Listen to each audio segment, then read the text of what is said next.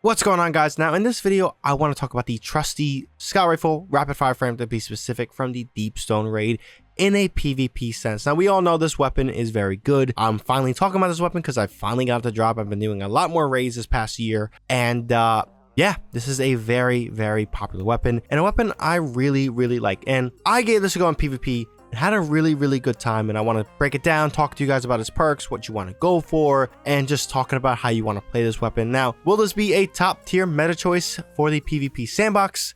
We'll get into that specifically, but I'll just say this is a very fun option and a solid option for PvP, but you'll see later why things may not be totally in its favor. Now, for one, let's talk about the perks, and we're going to be talking about these perks from Light GG. There will be gold, blue, and red. We won't go over the ones that aren't marked, and we won't go over barrels unless it's arrowhead break, because barrels are pretty straightforward and definitely preference. Now, for one, uncommon one, since this has no origin trait, it'll be high impact reserves, Wellspring, Eye of the Storm, labeled in gold, and for blue, we have redirection. This is really only good in PvE, not PvP, but worth mentioning. Opening shot is also PvP labeled, but again, just not really, in my opinion, better than any of the perks you can get above. Column 2, we have surplus and outlaw labeled in gold. For blue is reconstruction, but this should be labeled gold because it is solid for PvP. Get into a little bit more of that. And then killing wind and under pressure labeled in red. Now in gold, we have Akkar's rounds, tactic mag, steady rounds, flared magwell, and in blue we have a pendant mag and extended mag in column 3. A pendant mag is pretty good. Extended mag, if you guys want more ammo and you kind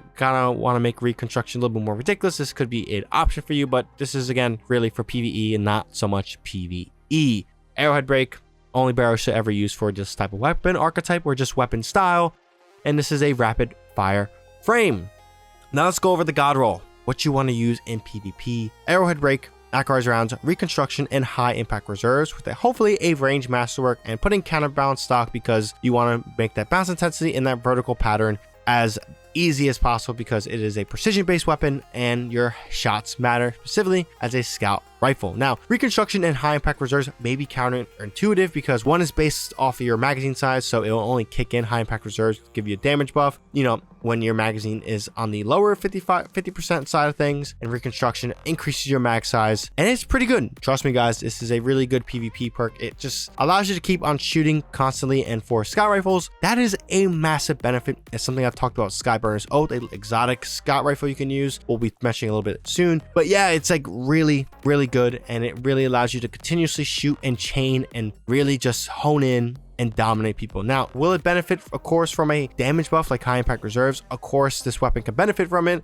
but I have found that if you land your headshots, it isn't very needed. It isn't essential to your success levels. Now, one thing that is a problem with this weapon, if we take a look at stats, take a look at the aim assist bar. It is at 67. If we compare this to some of what I consider top tier aim assist weapons and scout rifles that are pretty ridiculous in PvP, Skyburner's Oath and the Jade Rabbit are exotics. Yes, I know, but they are insanely powerful, mainly because of the aim assist statistic. If you guys don't know, aim assist in Destiny is very weird. There's aim assist for controllers, and there's general basic aim assist that is intrinsic to the weapon. So there's two different standards of aim assist. There's, again, the one you're used to from Call of Duty, Battlefield, any controller-based shooter, and then there's the in-game aim assist. Skyburner's Oath and Jade Rabbit are on the 80 and 90% side of things, or 90 stat wise. Specifically, Jade Rabbit is on 80 stats. I believe it was 90, it got nerfed. Skyburner's Oath still retains the 90 aim assist, and that is very powerful. That means it is way more forgiving to headshots.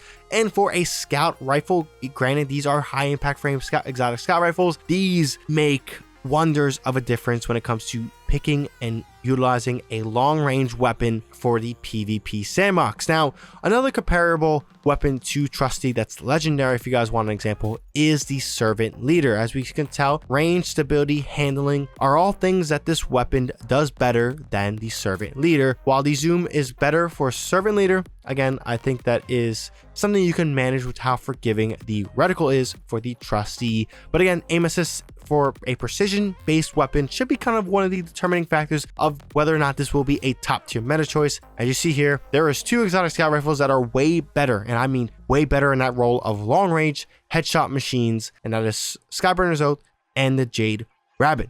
But besides that, this is a fun weapon to use gameplay wise, as all scout rifles go, whether it's rapid fire frame or high impact frame. lane control is going to be your best friend. If you try going aggressive with scout rifles, you will be on the losing side of a fight, whether they have a shotgun, SMG, auto rifle, pulse rifle. You will be at a disadvantage because you are more required on the long range lane control role of the game rather than just being aggressive with an SMG or as if you were using an SMG. So keep that in mind when using this weapon. But besides that, this is a fun, awesome looking weapon. A lot of cool shaders you can do with this, and aesthetically I want more deepstone style weapons because they're pretty cool. Reconstruction is a great perk, and for PvE we'll talk about this in another video, but very solid. But yeah, if you guys enjoyed this video, found this video informative, and want more content like this, definitely be sure to hit that like button to support the video, and hit that subscribe button and the bell if you guys are new to stay up to date with all the content on the channel, whether it's Destiny 2, Call of Duty, Ready or Not, or any of the games coming to the channel.